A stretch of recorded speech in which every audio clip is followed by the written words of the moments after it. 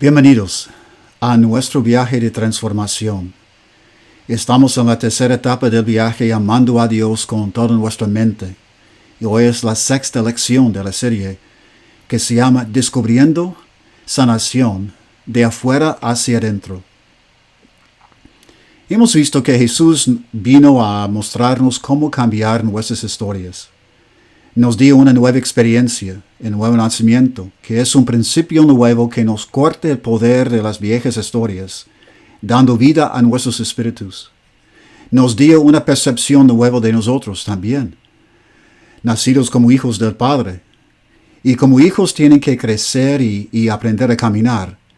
El Padre, quien es lleno de gracia y perdón, nos sostiene y nos guía mientras nos ayuda con paciencia a crecer y madurar como sus hijos. Aprendemos a vivir una vida de propósito y significado. El Padre nos llena también del gozo de vivir para un solo propósito y deseo, ser transformados en su imagen por vivir en amor. Y Pablo escribió sobre ese deseo que él tenía también, de hacer la historia de Jesús su historia, cuando dijo en Filipenses capítulo 3, versículo 10, que quería conocer a Cristo y experimentar el poder que resucitó a Jesús. Porque ese poder que resucitó a Jesús también trabaja en nosotros para hacernos resucitar de la muerte espiritual y vivir una vida nueva en Cristo. Nosotros también queremos conocer a Cristo a través de vivir una vida nueva. Y las reacciones de defendernos y protegernos o retirarnos que antes caracterizaban nuestras vidas, ahora pueden ser transformadas en acciones conscientes y meditativos de un amor incondicional. Entonces, ¿cómo podemos empezar a hacer la historia de Jesús nuestra historia? Cambiar las historias que dirigen nuestras vidas es posible. Es posible que físicamente el Padre creó nuestros cerebros con la capacidad de formar nuevas conexiones, nuevas redes de conexiones entre 1,000 millones de neuronas que forman nuestra mente. Nuevas conexiones que pueden llegar a ser tan potentes, tan poderosas, más poderosas que las viejas, que a través de práctica consistente. Espiritualmente también nos dio poder a nuestros espíritus para tomar control de nuestra manera de pensar y para formar nuevamente, conectando nuestra práctica de amor con los sentimientos de una paz y un gozo profundo. Sin embargo, el cambio es difícil y requiere un enfoque, haciendo que la transformación sea una decisión de nuestra voluntad. De esta manera, llegando a vivir una vida de amor es el premio increíble de una batalla determinada y enfocada contra el egoísmo en todas sus manifestaciones. Considere el caso de los corintios, quienes también habían nacido de nuevo, pero todavía estaban reaccionando con la mente de la carne. Leamos algo que Pablo les escribió en la primera carta a los Corintios, capítulo 3, comenzando con versículo 1. Acuérdense que ya habían nacido de nuevos, pero todavía estaban luchando con la carne o con la mentalidad fijada en la carne. Dice, yo, hermanos, no pude dirigirme a ustedes como a espirituales, sino como a inmaduros, apenas niños en Cristo. Les di leche porque no podían asimilar alimento sólido, y ni pueden todavía, pues aún son inmaduros, mientras haya entre ustedes celos y contiendas. ¿No serán inmaduros? ¿Acaso no están comportando como según criterios meramente humanos? Cuando uno afirma, yo sigo a Pablo, y otro, yo sigo a Apolos, ¿no es porque están actuando con criterios humanos? Entonces, ¿cuál fue el problema de ellos? todavía se percibían de la misma manera como antes. Estaban formando grupos entre ellos mismos para buscar aceptación y aprobación. Y había celos, envidia entre ellos. No habían aceptado por completo lo que Jesús les había hecho. Todavía estaban defendiéndose y protegiéndose con celos y envidia. Habían estacados después de nacer de nuevo. Y para nosotros los que hemos nacido de nuevo, no queremos experimentar eso de nuevo. Queremos vivir. Usted quiere vivir. Así que, ¿cómo podemos hacer la historia de Jesús nuestra historia, día tras día abriéndonos a la vida transformada? Lo que tenemos que hacer es empezar de afuera hacia adentro. Para continuar nuestra transformación y aceptar plenamente la nueva historia, tenemos que tratar cualquier historia vieja que todavía permanece, mientras tratamos de practicar la vida de amor.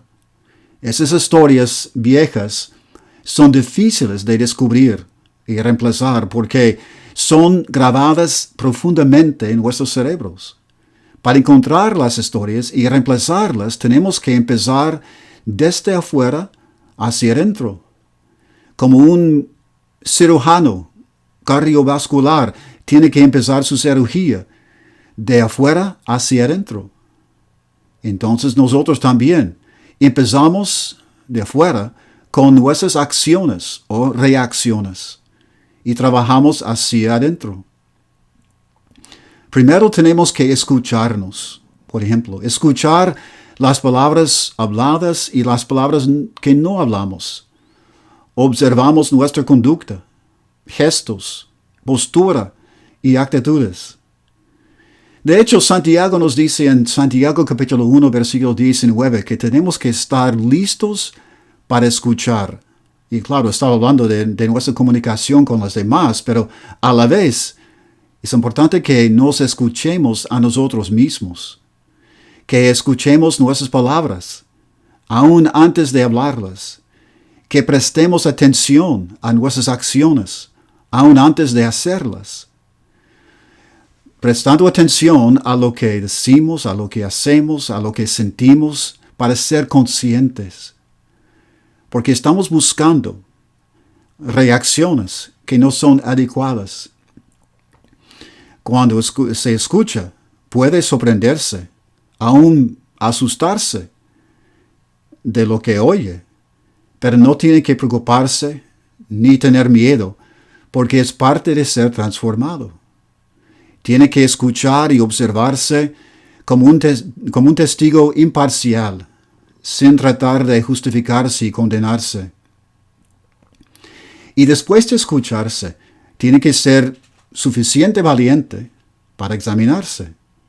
Porque a veces somos tan sumergidos en defendernos y protegernos que en realidad estamos defendiéndonos de nosotros mismos o protegiéndonos de nosotros mismos. Nos retiramos de nosotros mismos sin querer enfrentar algunas cosas que tenemos que cambiar. Nos justificamos porque tenemos miedo de confrontarnos. Pero no tenemos que tener miedo. Recordemos quién es el Padre, que está lleno de gracia, paciencia y compasión, y nos perdona y nos levanta.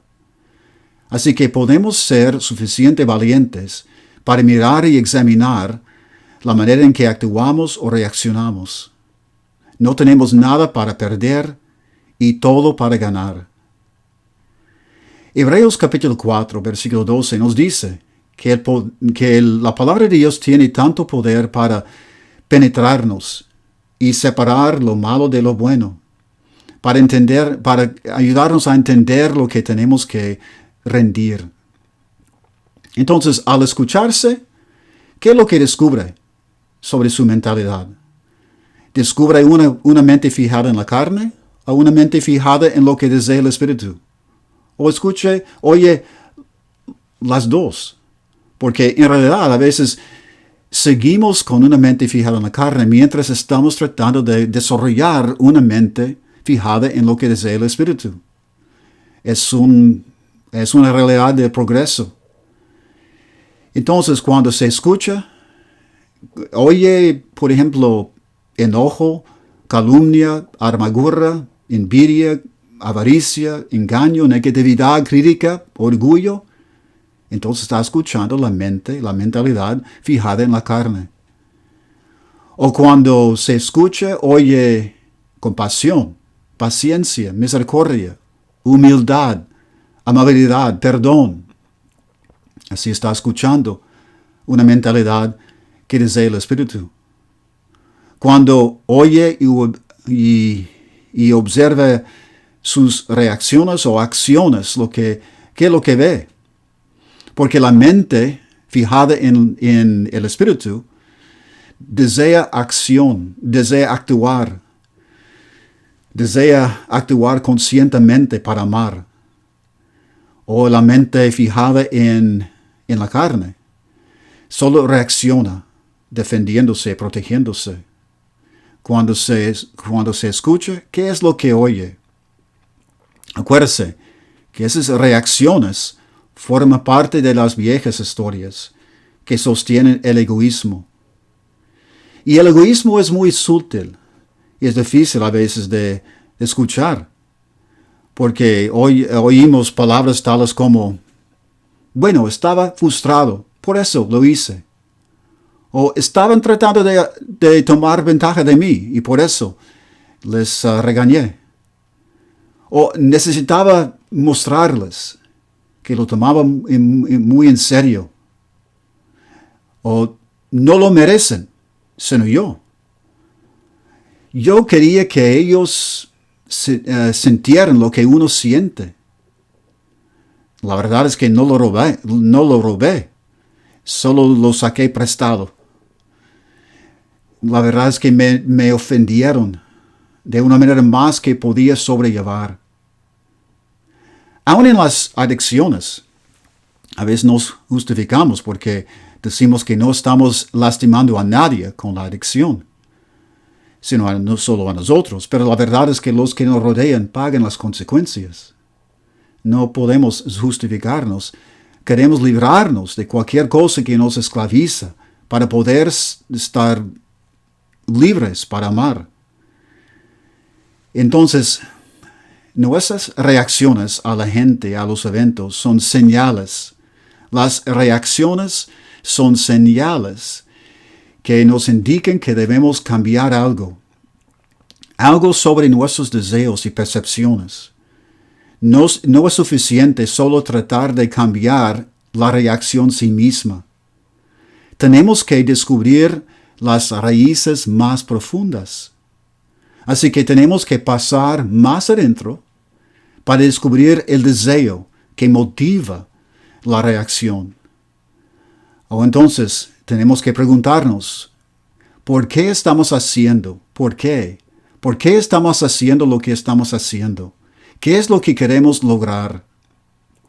Es interesante que Jesús le hizo a Pablo esa misma pregunta una vez, porque Pablo, antes de llegar a ser un cristiano, era un líder muy poderoso en su religión y buscaba a cristianos para perseguirlos. Y una vez cuando estaba viajando a Damasco, la ciudad más al norte en Palestina, para buscar a cristianos y traerlos a Jerusalén para ser perseguidos y aún matados, Jesús lo paró a Pablo y le preguntó, ¿por qué está haciendo esto? En Hechos capítulo 9, versículo 3. Quizás antes de ese momento, Pablo podía haber contestado esa pregunta diciendo que los cristianos estaban amenazando la fidelidad a Dios y tengo que destruir esta religión. Lo percibía como fidelidad a Dios. Pero en realidad, después, llegó a entender que lo hacía nada más para confirmar su propia justicia, para confirmarse, para defenderse. Imagínese, robando la libertad y la vida de personas para confirmar su propia justicia. En Lucas capítulo 18, queremos considerar de nuevo la parábola que contó Jesús de los dos hombres que estaban orando. En Lucas 18, versículo 9 hasta 14, porque también nos ilustra la misma tendencia de justificarnos, aun cuando no entendemos lo que estamos haciendo. En Lucas capítulo 19, vamos a leer Lucas 18, vamos a leer versículo 9 hasta 14. Dice, a algunos que confiando en sí mismos se creían justos y que despreciaban a los demás, Jesús les contó esta parábola. Dos hombres subieron al templo a orar. Uno era fariseo y el otro recaudador de impuestos.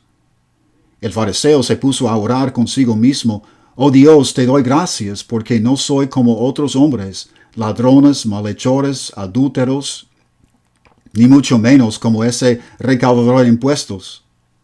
Ayuno 2 veces a la semana y doy la 10ª parte de todo lo que recibo. En cambio, el recaudador de impuestos, que se había quedado a cierta distancia, ni siquiera se atrevía a alzar la vista al cielo, sino que se golpeaba el pecho y decía: oh Dios, ten compasión de mí, que soy pecador. Les digo que este, y no aquel, volvió a su casa justificado ante Dios, pues todo el que a sí mismo se enaltece será humillado, y el que se humilla será enaltecido. Este fariseo que estaba orando así, podemos preguntarle qué es lo que quería lograr, qué es lo que quería hacer con esta oración. Y claro, él habría dicho: no, yo quería dirigirme al Padre Celestial para darle gracias. Pero en realidad, él era muy claro a la gente que escuchaba esa parábola, y a nosotros también en la actualidad, que el fariseo quería justificarse. Estaba justificándose, declarándose justo. En realidad no estaba hablando con Dios, pero estaba hablando a sí mismo, defendiéndose a sí mismo. Y el recaudador de impuestos no tenía razón para defenderse. Él se rindió y simplemente se humilló y pidió gracia, pidió misericordia. Y el Padre, que es lleno de misericordia, lo iba a levantar. Entonces, tenemos que preguntarnos: ¿qué es lo que queremos hacer? ¿Qué es lo que estamos haciendo y por qué? ¿Qué es lo que deseamos hacer? Si estamos enojados con alguien, por ejemplo, podemos preguntarnos: ¿qué es lo que queremos lograr con ese enojo que no podemos lograr con calma? Si estamos hablando de nuestros logros, tenemos que preguntarnos por qué. ¿Para celebrar y dar gracias a Dios? ¿O para probarnos que somos dignos? Si estamos imponiendo reglas, tenemos que preguntarnos ¿por qué? ¿Para cuidar a la gente? ¿O para poder ejercitar control sobre los demás y sentirnos fuertes? Si sentimos amargura y celos, tenemos que preguntarnos ¿qué es lo que queremos lograr con esos sentimientos? Si estamos comprando cosas que en verdad no ocupamos, tenemos que hacernos la pregunta: ¿qué es lo que qué es lo que deseamos probar de nosotros mismos, sobre nosotros mismos? O si decide usted que ya no quiere estar con nadie, que quiere retirarse, ¿qué es lo que quiere lograr? Porque así no va a lograr amar a los demás. Quiero que piense en otros momentos cuando ha experimentado un deseo similar para defenderse y protegerse. Y luego preguntarse, ¿qué es lo que quiere lograr? El mensaje de nuestra nueva historia es que podemos dejar de defendernos y protegernos. porque tenemos uno que es nuestro defensor y que nos da dignidad como un regalo, como sus hijos. Pero si descubrimos que todavía estamos tratando de probarnos y defendernos y protegernos, y es nuestro deseo, tenemos que pasar aún más adentro para descubrir la percepción que tenemos de nosotros mismos, que nos hace sentir la necesidad de defendernos. ¿Se acuerdan que formamos percepciones de nosotros que nos hace sentir inseguros y amenazan nuestro sentido de dignidad como personas? Debemos preguntarnos de qué estamos temerosos, qué es lo que tememos. Y cuando empezamos a sentir el miedo, tenemos miedo de sentir, por ejemplo, que no somos suficientes, miedo de vergüenza o de culpabilidad, que nos pueden robar de la dignidad, miedo de ser abandonados y rechazados, miedo de perder control y sentir inseguros, miedo de no tener lo que quisiéramos tener. Describa a sí mismo o a alguien en quien confía cuando empezó a sentirse indigno así y inseguro sobre quién es usted y sobre quién piensa que debe ser. ¿Por cuánto tiempo ha tenido ese miedo? Piensa en varios momentos y tiempos cuando tenía miedo. Ahora tenemos que pasar aún más adentro para entender las experiencias que crearon esas percepciones. Porque esas percepciones de nosotros mismos como insuficientes o aún superiores a los demás fueron formados por experiencias que por alguna razón, por ejemplo, nos hicieron sentir confundidos, inciertos, sin sostén, solos, que nuestras vidas estaban fuera de control, que somos tan buenos como los demás, o aún pensando que nuestras vidas no tienen valor. Y acuérdense que no podemos recordar exactamente con precisión las experiencias, pero lo que nos importa ahora es el impacto que todavía llevan en nosotros. Y lo que tenemos que hacer es abrirnos a ese impacto. En vez de guardar la memoria de la experiencia en algún rincón de nuestro cerebro, tenemos que dejar que salga para poder sentir su intensidad y entender la experiencia y luego ayudarnos para ayudarnos a soltar la experiencia. Porque en verdad estas viejas experiencias todavía pueden impactar nuestra percepción de nosotros mismos. Y ahora que hemos identificado las experiencias, podemos dejarlas ir o soltarlas. Aunque es muy difícil, podemos hacerlo con la ayuda de Dios. Es difícil de soltar esas historias, las memorias y el impacto de esas memorias, porque son grabadas tan profundamente en nuestras memorias. Pero lo podemos hacer. Y tenemos que hacerlo. Primero, por perdonar a los que se involucraron en la experiencia y tener compasión y paciencia con nosotros mismos. Y luego, en vez de aferrarnos a esa memoria, tenemos que aferrarnos a la nueva experiencia que nos da el Padre para empezar nuestra vida de nuevo. Tenemos que dejar que la nueva experiencia reemplazca la vieja experiencia para que sea más poderosa. Si todavía nos dirigimos en la conducta diaria según el impacto de la vieja experiencia, siempre vamos a estar defendiéndonos y protegiéndonos. Pero si dejamos que la nueva experiencia reemplazca la vieja, entonces tendremos éxito. Y vamos a poder amar de un lugar muy fuerte, profundamente en nosotros. Y cuando empezamos a practicar el amor, reemplazamos la vieja experiencia con la nueva.